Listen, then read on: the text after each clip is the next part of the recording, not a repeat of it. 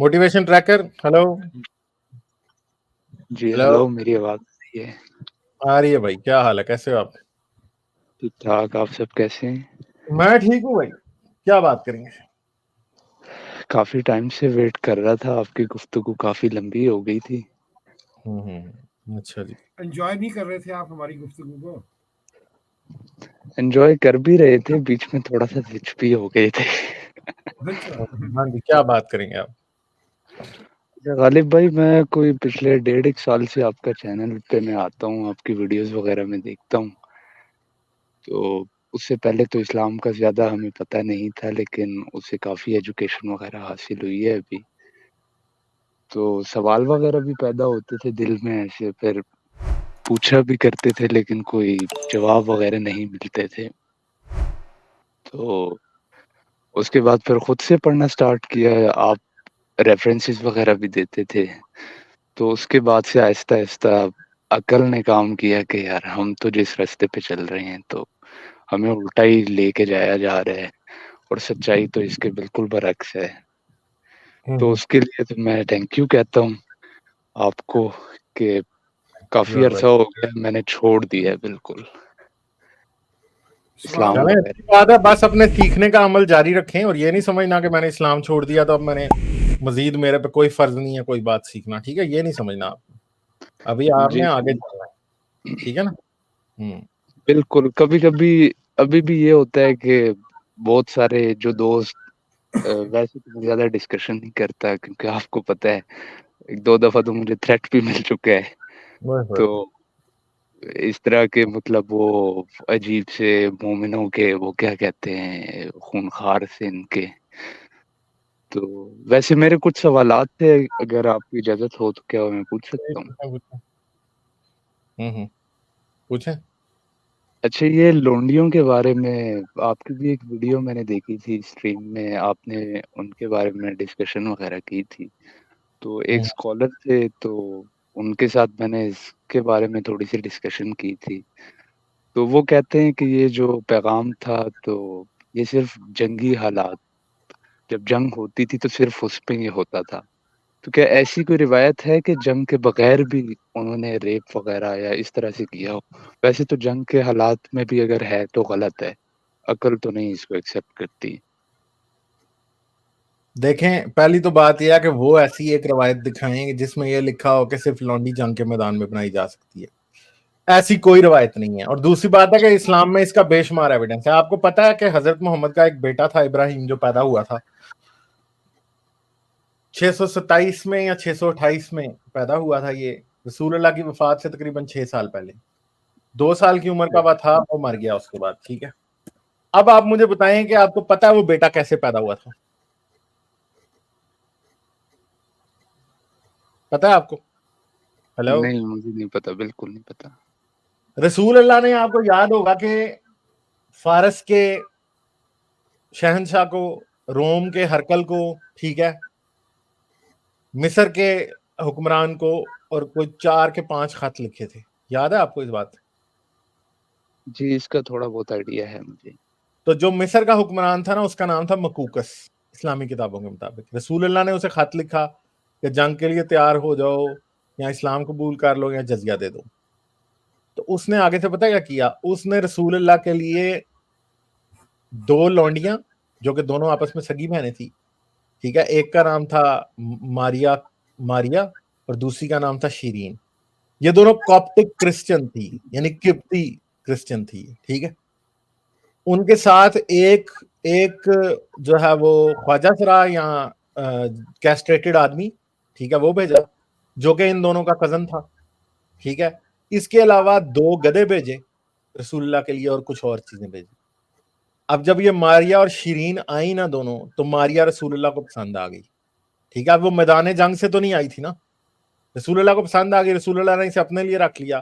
پھر رسول اللہ اس کے ساتھ سیکس کرتے تھے اور پھر یہ پریگنٹ ہو گئی اور اس کا ایک لڑکا ہوا. ٹھیک ہے، شیرین انہوں نے کسی اور صحابی کو دے دی تھی. ٹھیک ہے، یہ دونوں بہنیں تھی. اور جو غلام تھا نا، وہ ماریا کی خدمت کے لیے ہی موجود تھا.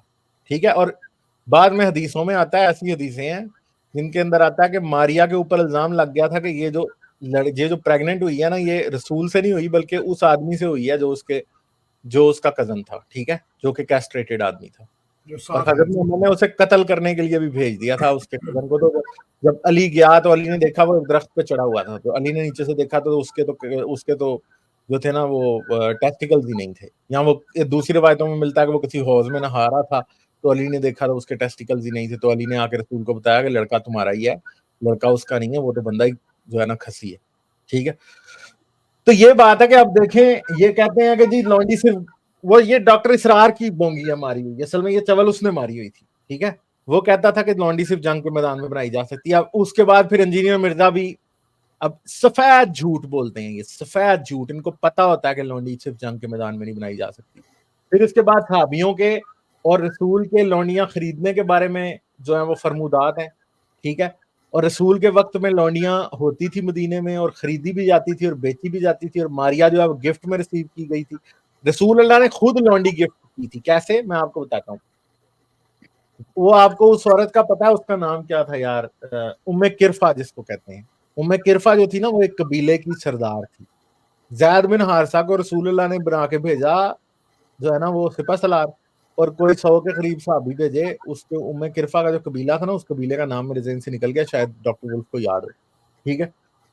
تو وہ قبیلے کے اوپر اٹیک کیا, تو اب یہ گیا نا, تو زید بن جو حارثہ تھا وہ گیا اور اس نے ادھر حملہ کیا. تو وہ آگے سے بڑے تگڑے تھے, انہوں نے مارا اور زید زخمی ہو گیا اور بڑے صحابی مار گئے اس مروا میں نا. تو پھر کیا ہوا, زید نے قسم کھائی نا واپس آ کے کہ میں پتہ نہیں تب تک کیا نہیں کروں گا جب تک میں اس عورت کو نہ مارنا دوں. پھر کیا ہوا جی, زید نے دوبارہ حملہ کیا اور ام کرفا کو نا اس نے کیا کیا, لونڈی بنا لیا. ام کرفا بڈھی عورت تھی 90 سال کی. اب ام کرفا کو پھر اونٹوں کے درمیان بندوا کے تو رسول اللہ نے اور زید نے چروا دیا تھا. مطلب 2 اونٹ اپوزٹ سائڈوں پہ بندوائے اور اس کی ٹانگیں بازو سے بندوائے, اور جب دونوں اونٹ بھاگے تو وہ درمیان میں سے 2 ٹکڑے ہو گئی. بڈھی عورت, کہتے ہیں 70 80 یا 90 سال کی عورت تھی, ٹھیک ہے. اس کی ایک بیٹی تھی, اس کے 4 بیٹے تھے, اس کی 7 بیٹے تھے, ایک بیٹی تھی. 7 کے 7 بھائی اس کے قتل ہو گئے. اور اس کے بعد وہ لڑکی جو ہے نا, وہ وہ کسی صحابی کے حصے میں آئی. اب رسول اللہ اس سے نا وہ لڑکی مانگتے رہے بڑی دیر. رسول اللہ نے اسے کہتے رہتے تھے, یہ بھی حدیث ہے کہ یہ لڑکی مجھے دے دے, تو وہ کہتا تھا نہیں دینی. پھر مانگتے رہتے تھے, پھر نہیں دیتے تھے. پھر رسول اللہ نے کوئی 3 دفعہ مانگی نا, تیسری دفعہ اس نے دے دی. تو رسول نے اس کے بدلے اس کو کچھ اور لونڈیاں دی. وہ لڑکی بڑی خوبصورت تھی. پھر کیا ہوا, وہ لڑکی جب آئی رسول کے پاس تو رسول نے کیا کیا, اسے پرزنر ایکسچینج میں استعمال کیا. یعنی وہ لونڈی رسول نے مکے بھیج دی, ٹھیک ہے. وہ لونڈی رسول نے مکے بھیجی اور اس کے بدلے رسول نے کچھ صحابی تھے 2 کے 1 وہ چھڑوائے اس لڑکی کے بدلے, ٹھیک ہے. پھر وہ لڑکی جو تھی کفار مکہ نے پتہ نہیں ابو سفیان کے حصے میں آئی تھی, اور وہ جو ہے وہ پتہ نہیں اس کے ساتھ بعد میں معاویہ کی شادی ہوئی تھی کہ کس کی ہوئی تھی, مجھے اب صحیح طرح سے یاد نہیں ہے بات. یہ صحیح مسلم کی نا 1755 والی حدیث آئی گی. تو اس لڑکی کو نا پھر اس لڑکی کی شادی کفار مکہ سے ہوئی تھی, کفار مکہ کے کسی بیٹے سے. اس حدیث میں یہ لکھا ہے کہ اس کی شادی کس کے ساتھ ہوئی تھی؟ سر یہ تو نہیں لکھا اس میں. اس کے بعد کیا ہوا تھا, یہاں تک کی سٹوری ہے کہ اس کو پھر سرنڈر کیا ہوا تھا, مطلب وہی پرزنر ایکسچینج کیا تھا اس کا. ہاں, تو یہ پھر اس لڑکی سے پھر آگے بچے بھی پیدا ہوتے. پتہ نہیں وہ یزید کی ماں تھی کہ کیا تھی, مجھے اب صحیح یاد نہیں ہے اس بات کا. میں اس بات کو ریوائز کروں گا کسی دن. تو وہ لڑکی رسول نے خود پرزنر ایکسچینج میں لونڈی استعمال کی. تو اب مجھے آپ ایک بات بتائیں کہ یہ کس منہ سے یہ کہہ سکتے ہیں کہ لونڈیاں صرف جنگ کے میدان میں بنائی جاتی تھی اور وہی کیا جاتا تھا. اور جی پھر یہ جھوٹ بولتے ہیں اس پہ کہ کیونکہ ان کی کفالت نہیں ہو سکتی تھی اس لیے وہ مردوں کو دے دی جاتی تھی. وہ بھائی وہ مرد بعد میں بیچ دیتے تھے, لونڈیاں آپس میں بدل لیا کرتے تھے, ٹھیک ہے. اسی طرح کا مسئلہ پھر اس کے ساتھ ہوا تبوک جب رسول گئے تو صفیہ کے ساتھ ہوا. اب صفیہ جو تھی, ایک صحابی کے حصے میں صفیہ آئی, وہ بڑی خوبصورت تھی. دوسرا صحابی کو نا تشریف میں آگ لگ گئی کہ وہ اتنی خوبصورت اس کو مل گئی, ٹھیک ہے. اس نے کیا کیا, اس نے جامع محمد کو شکایت لگائی. اس نے کہا جی وہ دیکھو جی اتنی خوبصورت لڑکی اور وہ جی سردار اس کو مل گئی ہے. اچھا, پھر رسول نے کیا کیا, 6 لونڈیاں دے کے رسول کے حصے میں جو آئی تھی خمس میں 6 لونڈیاں دے کے صفیہ رسول نے اس سے لے لی, ٹھیک ہے. اور پھر صفیہ سے رسول نے کیا کیا, اس سے شادی کر لی, اور اس کا جو حق مہر تھا وہ کیا تھا, آزادی اس کا حق مہر تھا, ٹھیک ہے. یہ سارے تماشے رسول نے خود کیونکہ رسول کو ہمیشہ لونڈیاں پاور کے تھرو مل جاتی تھی تو رسول خریدتا نہیں تھا، مگر حضرت عمر بازار میں جا کے لونڈیاں خریدتے تھے. عبداللہ بن عمر کی کئی حدیثیں ہیں کہ وہ لونڈیاں کیسے خریدتا تھا اور کیسے بازار لگتے تھے لونڈیوں کے، یہ حدیثوں سے پتہ لگتا ہے. پھر آپ یہ دیکھیں کہ قرآن میں خود آیت ہے جس کے اندر یہ لکھا گیا کہ لونڈیوں سے جسم فروشی نہ کراؤ یا ان سے پروسٹیٹیوشن نہ کراؤ.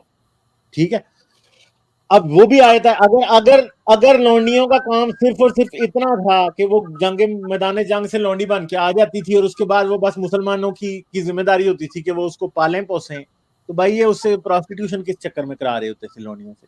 ٹھیک ہے، جو حدیث میں ہے، جو قرآن کی آیت ہے کہ لونڈیوں سے پروسٹیٹیوشن نہ کراؤ. ٹھیک ہے، تو پھر یہ نہ چاہیں تو اگر وہ نہ چاہیں تو اگر وہ چاہتی ہو تو پھر تو کراؤ 100%. ٹھیک ہے، 100% کراؤ. یہ پھر تو کاروباری ہاں آپ امیجن کریں کہ یہ کیسا نبی ہے، ہم کیسے نبی کو مانتے رہے یار. مجھے تو کوفت ہوتی ہے، بلکہ مجھے مطلب اپنے آپ پہ پیٹنے کو جی کرتا ہے کہ میں ایک ایسے نبی پہ یقین رکھتا رہا جو عورتوں کا کاروبار کرتا تھا یار. اور کاروبار صرف یہی نہیں تھا حاجی بھائی، بعد میں اماموں کی کتابوں میں امام مالک اور امام ابو حنیفہ کے مطابق یہ 100% حلال ہے کہ جیسے دو دوست ہیں یا دو بھائی ہیں، ایک کے پاس ایک لونڈی ہے اور وہ یہ کہے کہ ہاں بھائی تو میرا فلاں بھائی ہے، اس کے پاس جا اور تو نے اس کے ساتھ جا کے سیکس کرنا ہے. اور وہ لونڈی نے آ کے صرف یہ کہا نا اگر ایک بندے کو کہ مجھے تیرے بھائی نے یا تیرے دوست نے بھیجا کہ میں تیرے سے سیکس کر لوں، تو وہ اس کے ساتھ سیکس کر لے گا، کوئی مسئلہ نہیں ہوگا، کوئی الزام کوئی زنا کی حد نہیں ہوگی اس کے اوپر. اگر اجازت ہو. ہاں صرف لونڈی آ کے یہ کہے نا کہ ہاں جی ڈاکٹر اسرار صاحب آپ مجھے جو ہے نا مولانا مودودی نے بھیجا کہ آپ کے ساتھ میں نے سیکس کرنا ہے، تو کوئی مسئلہ نہیں ہے، وہ سیدھا سیدھا اس کا سیکس کر سکتا ہے ڈاکٹر اسرار. ٹھیک ہے، تو یہ کام اس طرح سے چلتے تھے. تحفے میں ایک دوسرے کو لونڈیاں بھیجی جاتی تھی، ون نائٹ سٹینڈ کے لیے بھی بھیجی جاتی تھی، پورے سال کے لیے بھی دی جاتی تھی، اور بڑے مسئلے ہوتے تھے. تو لونڈی کو تو یہ بالکل ہیومن جو ہے نا وہ کیا اسے کہتے ہیں ڈسٹ بن کی طرح یوز کرتے تھے اصل میں. ٹھیک ہے، یہ ان کے کام تھے. صحیح ہو گیا. ویسے مطلب جب بھی آپ محمد کو سوچیں نا جی، اب میں جتنے بھی دوست بیٹھے ہوئے ہیں سب کو مطلب سن بھی رہے ہیں، ان سب سے التماس ہے جب بھی آپ محمد کا سوچیں بس یہ سوچیں کہ یہ ایک ایسا آدمی نبی کیسے ہو سکتا ہے جو عورتوں کے کاروبار میں ملوث تھا.